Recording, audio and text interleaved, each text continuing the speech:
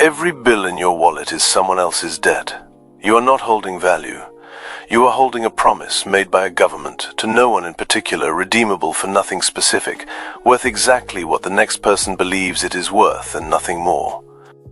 Most people go their entire lives without knowing this, not because the information is hidden, because the question is never asked. Money is so completely the medium of daily life that examining it feels like a fish examining water. It is everywhere. It is everything. It is the thing you wake up thinking about, the thing you trade your hours for, the thing the entire structure of modern civilization runs on. And almost no one has looked directly at what it actually is. So look, money is not gold. It has not been gold for most people since 1971, when the United States ended the convertibility of the dollar to gold entirely, and the last formal link between the currency and any physical substance was severed. Before that, it had been weakening for decades. The gold standard was a constraint on how much money governments could create. Removing it was removing the constraint. What replaced it was nothing physical at all. What replaced it was trust. Purely, nakedly, entirely trust. The dollar in your pocket is backed by the full faith and credit of the United States government. That phrase is on the instruments. Full faith and credit, not land, not any real asset. Faith. The government says this is worth something. The belief makes it true, until it doesn't. This is not a flaw introduced recently. This is what money has always tended toward. The history of money is the history of abstraction moving further and further from the physical thing it once represented, and confidence taking the place of substance at each step.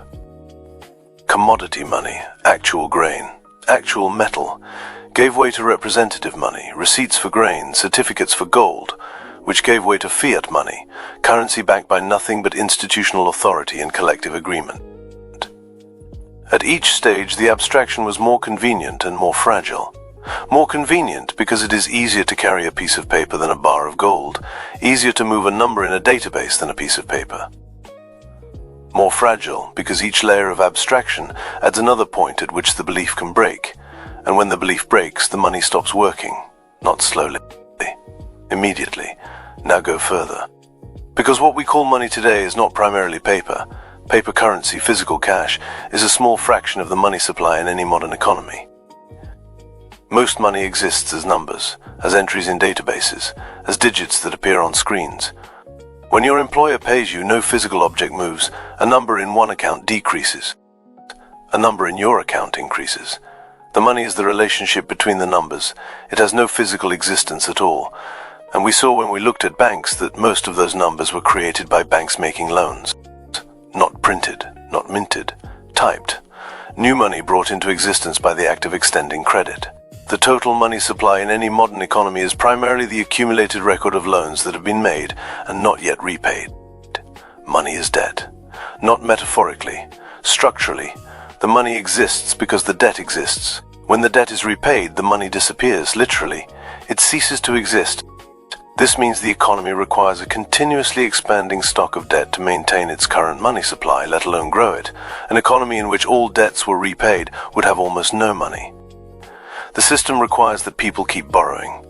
It is structurally dependent on the perpetuation of debt, and this is not a policy choice that could easily be made otherwise. It is built into the architecture. Now ask what money does, not what it is, what it does, because the function clarifies the thing. Money does three things. It is a medium of exchange. It allows transactions to happen between people who don't have what each other needs directly. It is a store of value. It allows you to hold purchasing power across time, to save today for tomorrow.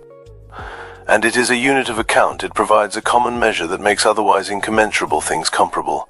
An hour of a surgeon's time and a kilogram of wheat can both be priced in the same unit. They can be compared, traded, accumulated in the same measure. These functions are real, and they are genuinely valuable. The coordination that money enables, the coincidence of one's problem we saw at the very beginning of this series, the way it allows specialization and trade at a scale that no barter system could achieve, this is a real achievement. Without it, of modern civilization is impossible. But look at what happens when money serves these functions imperfectly. When it fails as a store of value, when inflation erodes purchasing power, the person whose wealth is primarily in cash or wages assets loses, invisibly without any single actor responsible. The number stays the same. What the number buys shrinks. The person who holds assets, property, stocks, things whose price rises with inflation is protected. The person who holds only money is not. Inflation is not neutral. It distributes its cost unevenly along the lines of what people own. When money serves as the unit of account for everything, when every dimension of human value is eventually expressed in a price, something else happens. The things that cannot be priced begin to disappear from consideration. We saw this with GDP. We saw it with corporate logic. Here it is at the level of money itself. The surgeon's time has a price. The love that sustained the surgeon through their training has none. The clean river has no price until it is sold as bottled water. The community that holds a neighborhood together has no price until it dissolves, and the consequences have to be managed at cost.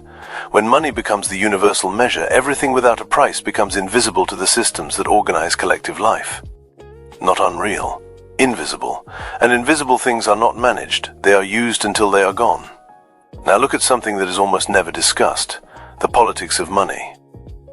Not fiscal policy or monetary policy in the technical sense, the deeper politics.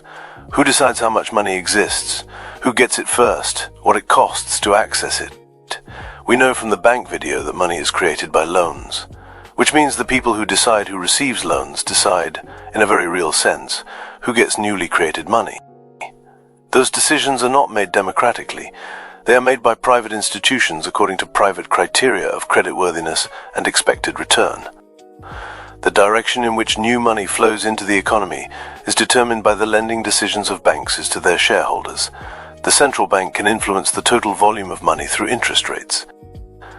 But the direction of which projects, which people, which purposes receive the money that is created is largely outside democratic control. It is the outcome of millions of private credit decisions guided by profit. This means the economy's future is being continuously shaped by a process that is neither transparent nor accountable to the people it most affects. The entrepreneur with collateral gets the loan. The community without assets does not. The housing development that will generate returns gets funded. The infrastructure that would serve the poor but not generate returns does not. Money flows where money expects more money, and the consequences of that directionality compound across decades into the geography of opportunity and deprivation that we call the economy. Now bring this into the texture of your actual daily life. You work, you receive money, you spend it, you save some of it. The whole rhythm of your life is organized around the acquisition and deployment of this thing. You make decisions where to live, what to accept, what to eat, how to spend your time, what risks to take and which to avoid based on your relationship to money.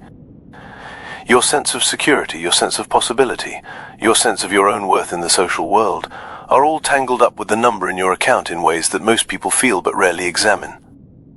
And that number is a promise made by an institution, denominated in a unit whose value is determined by the collective behavior of billions of people and the decisions of central bankers meeting in rooms you will never enter.